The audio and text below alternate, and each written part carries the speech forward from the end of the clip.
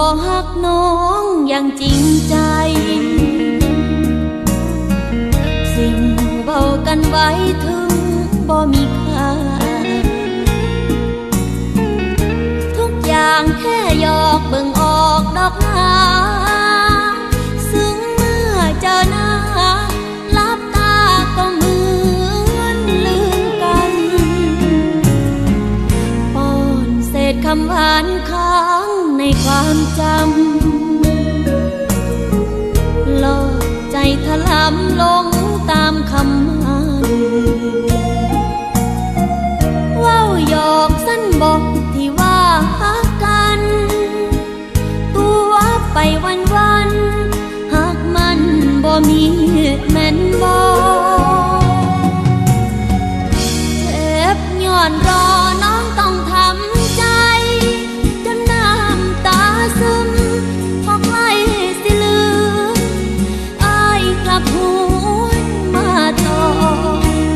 เที่ยวมาเว้าหยอกคือโทษผู้บ้องตัวให้คือต้องจักน้อยก็ลอยตาไกล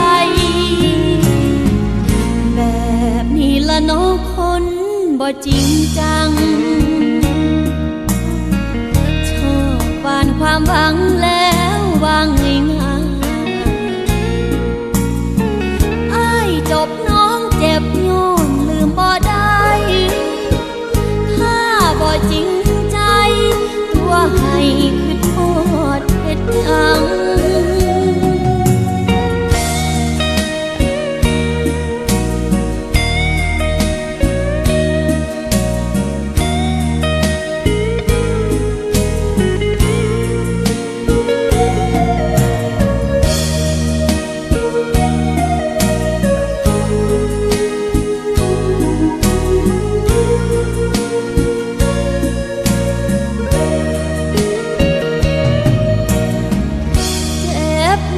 รอน้องต้องทำใจ